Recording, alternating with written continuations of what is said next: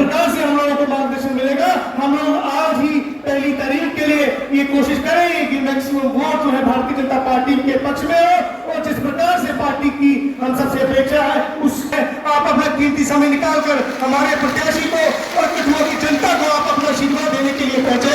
आपका बहुत बहुत धन्यवाद।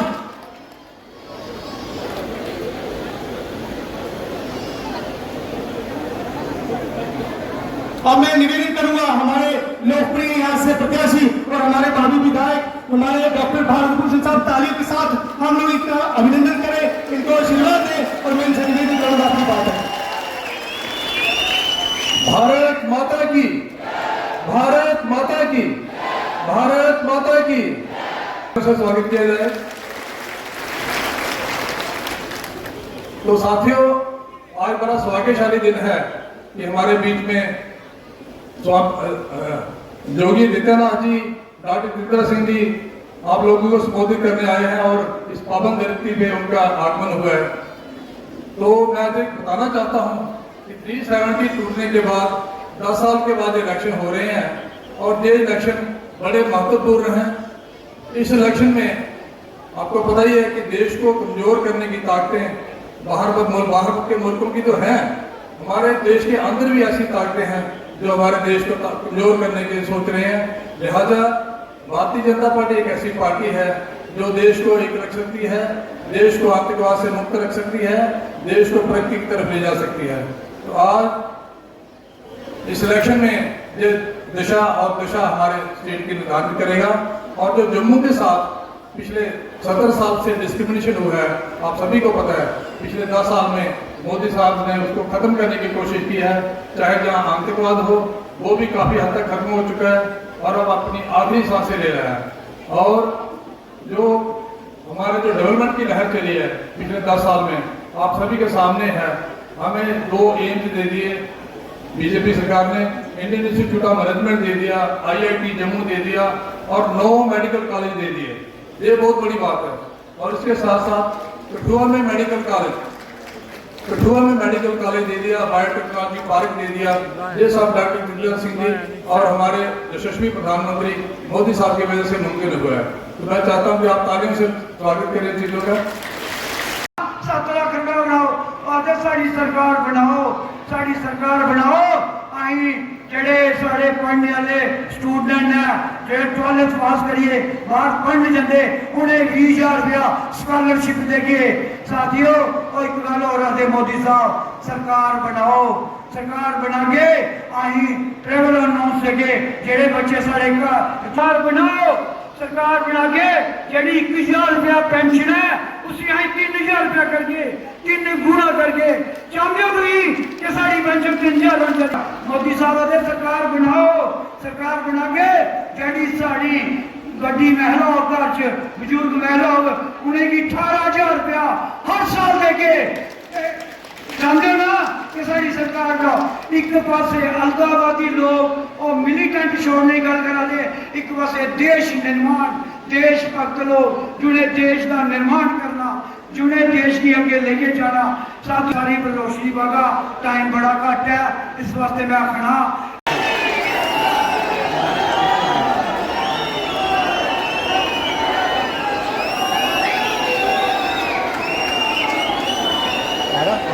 जयकारा शेरावाली माई का।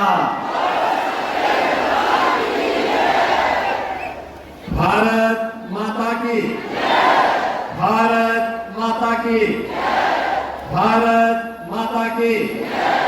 वंदे वंदे वंदे।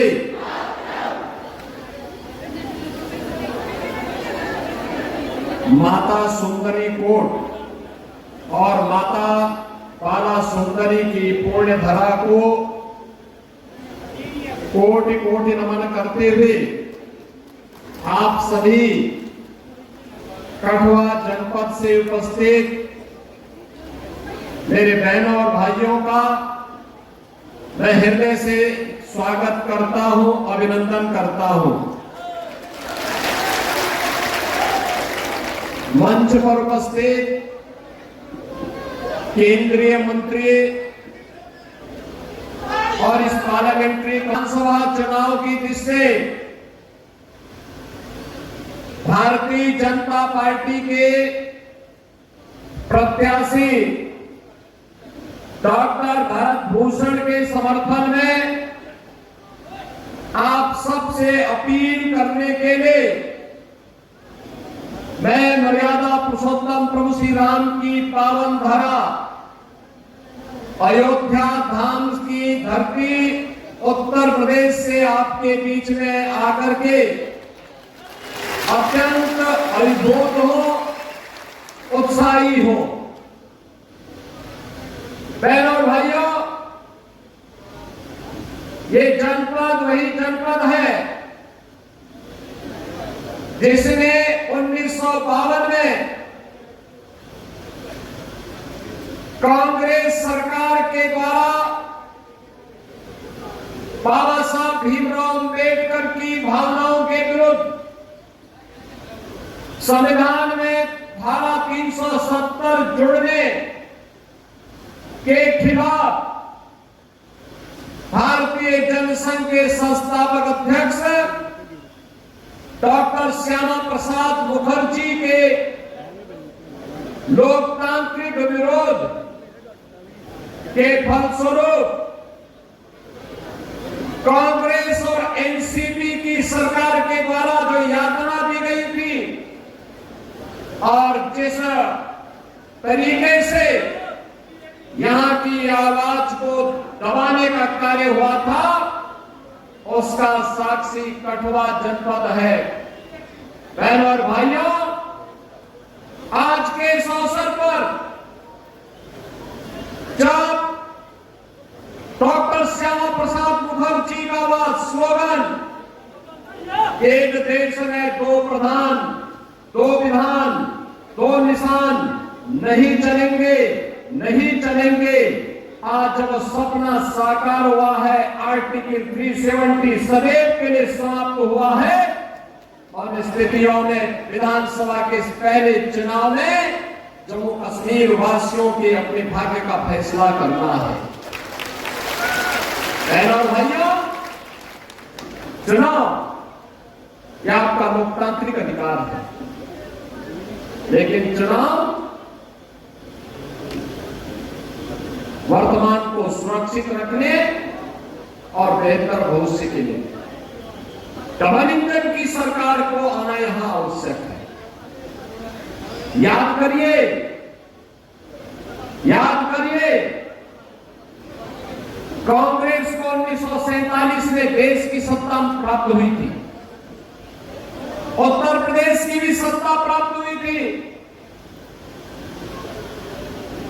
उत्तर प्रदेश में भी और देश में लंबे समय तक कांग्रेस ने शासन किया, लेकिन उसने अयोध्या में राम मंदिर के निर्माण में सदैव बैरियर बनकर के बाधा पैदा करने का कार्य किया। मोदी जी के नेतृत्व में 2014 में सरकार केंद्र में बनी। उत्तर प्रदेश में मोदी जी के आह्वान पर 2017 में सरकार बनी। 2019 में अयोध्या की समस्या का समाधान जो 5 सदी का था, उसे समाप्त होने, उस समस्या को समाप्त होने में मात्र 5 साल के अंदर उस समस्या का समाधान हो गया। याद करिए, कांग्रेस समस्या का नाम है और भाजपा समाधान का नाम है। ये कांग्रेस के लोग सेकुलरिज्म के नाम पर मुस्लिम तुष्टीकरण की पराकाष्ठा पर चल करके राष्ट्रीय सुरक्षा के साथ खिलवाड़ करने वाले लोग जब अयोध्या में राम मंदिर का निर्माण और फैसले की नौबत आई, इन्होंने कहा था कि अगर हिंदुओं के पक्ष में फैसला होगा तो खून की नदियां बहेंगी। मैंने कहा कि चिंता मत करो, एक वहां पे मच्छर नहीं मरने वाला है।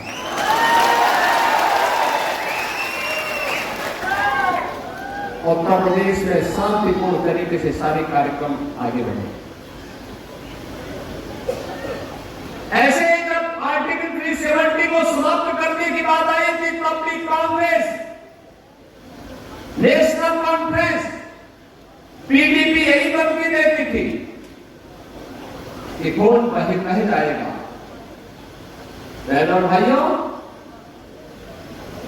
आज साबित हो चुका है जम्मू कश्मीर 370 को समाप्त करने का समर्थन करता है और विकास की मुख्य धारा के साथ जुड़ने के लिए जिन लोगों ने 70 वर्षों तक यहां पे भ्रष्टाचार फैलाया, अराजकता फैलाई, गुंडागिरी फैलाई, पलायन करने के लिए मजबूर किया, हिंदुओं का कत्लेआम किया, जम्मू कश्मीर को आतंकवाद की भट्टी में झोंकने का कार्य किया था,